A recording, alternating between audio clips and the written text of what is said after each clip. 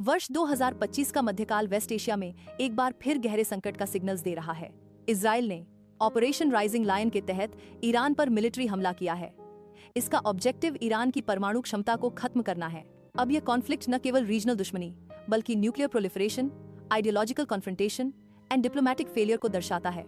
Israel और Iran की दुश्मनी 1979 से हुई, जब इस्लामी रिवॉल्यूशन के बाद ईरान ने इजराइल को सैटेनिक रेजीम करार दिया। उसके बाद डिप्लोमेटिक संबंध टूट गए और ईरान ने इजराइल को हर मोर्चे पर चैलेंज देना शुरू किया।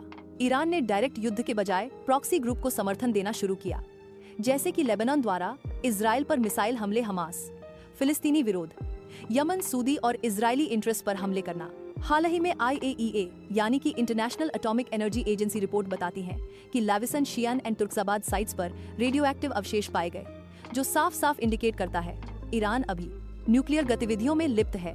IAEA ने ईरान को सीरियस नॉन कंप्लायंस स्टेट घोषित किया, जो global sanctions and military actions के लिए दरवाजा खोलता है।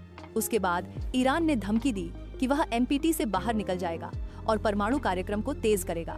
यदि इन दोनों देशों के बीच विवाद नहीं खत्म हुआ तो ग्लोबल लेवल पर इसका प्रभाव पड़ेगा, जैसे कि अगर स्ट्रेट ऑफ हॉर्मुज बंद हुआ, जो गल्फ ऑफ ओमान और पर्शियन गल्फ को जोड़ता है, तब क्रूड ऑयल की कीमतें दोगुनी हो सकती हैं। भारत का 60% तेल गल्फ से आता है।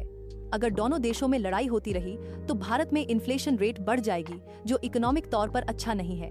80 लाख भारतीय गल्फ देशों में हैं। युद्ध से उनकी सेफ्टी खतरे में है। भारत को इजराइल और ईरान दोनों से संबंध संतुलित रखने होंगे, क्योंकि ईरान से ऑयल का इंपोर्ट्स और इजराइल से मिलिट्री आर्म्स का इंपोर्ट्स होता है। अतः यह युद्ध न सिर्फ परमाणु संकट बल्कि मानवता के लिए खतरा है। इसलिए संयुक्त राष्ट्र, EAA और वैश्विक शक्तियों को हस्तक्षेप करना चाहिए। इसलिए यहाँ युद्ध नहीं, वार्ता ही समाधान है।